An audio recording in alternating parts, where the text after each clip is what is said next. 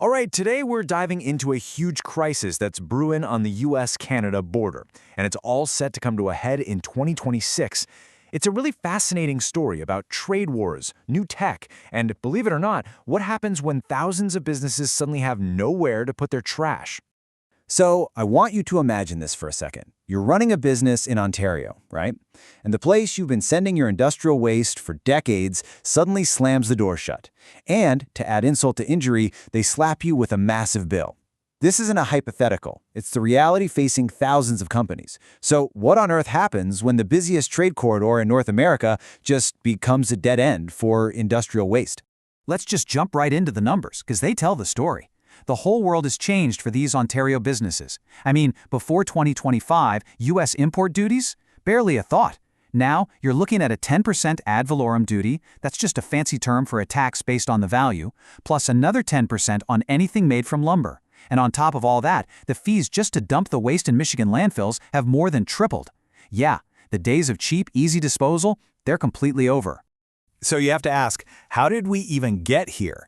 Well, this wasn't some random single event, no siree. This was a textbook perfect storm created by two really powerful forces that just happened to collide at the absolute worst possible moment for Ontario's industrial sector.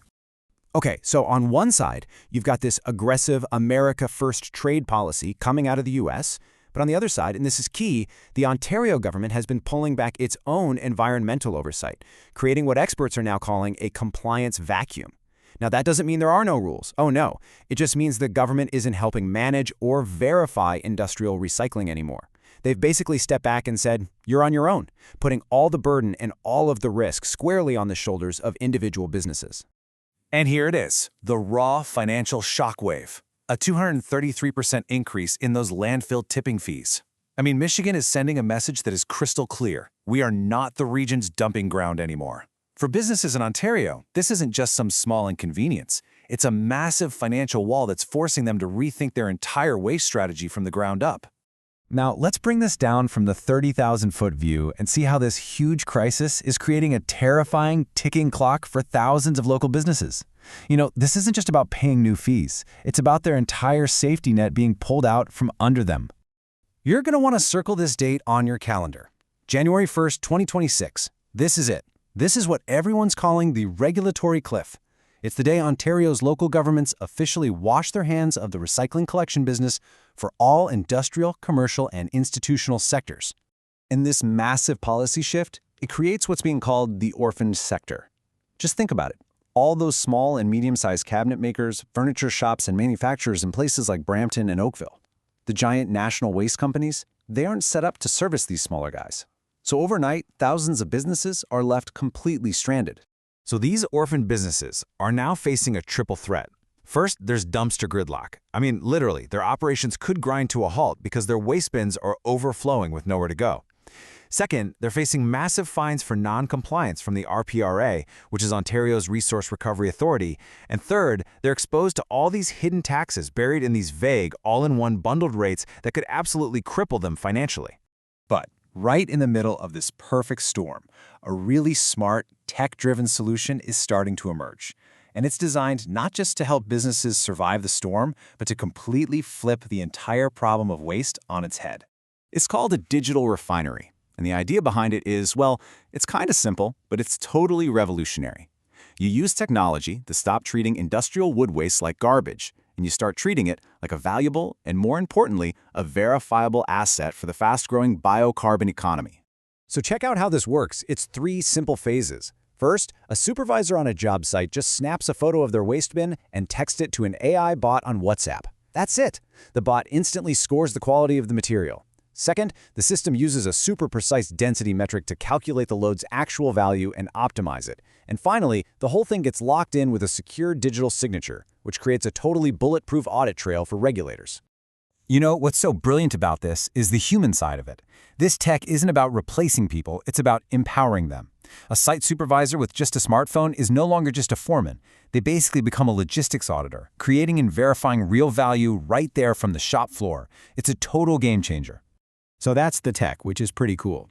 But how does it actually save these businesses money and protect them from this whole crisis we've been talking about? Well, the answer really comes down to one word: transparency. Just look at this comparison. A typical competitor might give you a simple, bundled rate, say $460 all in. Sounds easy, right? But hidden inside that single number are all these environmental levies and surcharges you never see. The Digital Refinery, on the other hand, uses what's called decoupled billing. It breaks out all the actual costs. This transparency acts like a financial shield because it exposes all those hidden taxes, which means businesses can finally control and actually reduce them. And honestly, it gets even better. This isn't just about saving money on disposal costs. By verifying all this diverted wood waste, the system can actually quantify the carbon emissions that were avoided, and then it turns them into something called carbon dividends, or CRCs. These are real, liquid financial assets that can be sold on the market. Think about that for a second. A business can now generate a brand new revenue stream from something that used to be a huge expense. Okay, so let's zoom back out again for a minute, because this technology didn't just appear in a vacuum. It is a direct response to this high-stakes geopolitical chess match that's being played, which makes having this kind of digital proof absolutely essential for survival. To really get why this digital proof is so critical, you have to look at this legal pivot the U.S. made. See, their first attempt at broad tariffs was ruled unlawful, so they switched to this much more targeted legal framework. So what's the difference? Well, the new framework requires formal investigations and hard evidence. You can't just check a box on a form anymore. You have to prove your compliance with verifiable digital data. And this timeline just shows how volatile things have been. You've got the initial tariffs getting slapped on, Canada trying to de-escalate, then a Supreme Court smackdown of the first U.S. approach. It all culminates in this big USMCA joint review in July 2026. We're having that verifiable digital audit trail we talked about. Well, that's going to be the absolute key to keeping your market access. So, after all this, where does it all lead? Well, this crisis, as painful as it is for a lot of companies, has really forced a fundamental shift in how we think about industrial waste, and it's opening up a whole new vision for the future. You can see the strategic roadmap unfold in a few stages here. It starts with just protecting clients, with transparent pricing and capturing that orphan sector nobody else wants. From there, it's about building a brand around totally frictionless logistics. But the real endgame, the big vision, is to evolve beyond just hauling waste and become a critical supply chain integrator for Ontario's entire bioeconomy, feeding verified, high-quality material to innovative companies like Char Technologies. What we are really witnessing here is the birth of what you might call the urban mine. The end goal is to completely reposition industrial wood waste. It's no longer garbage. It becomes a predictable, revenue-grade feedstock for the industries of the future. Our own cities are becoming the new source of valuable raw materials. And that really leaves us with a final, pretty provocative thought.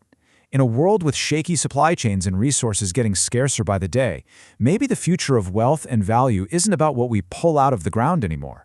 Maybe, just maybe, it's about what we can digitally prove we were smart enough to recover, reuse, and turn into something new.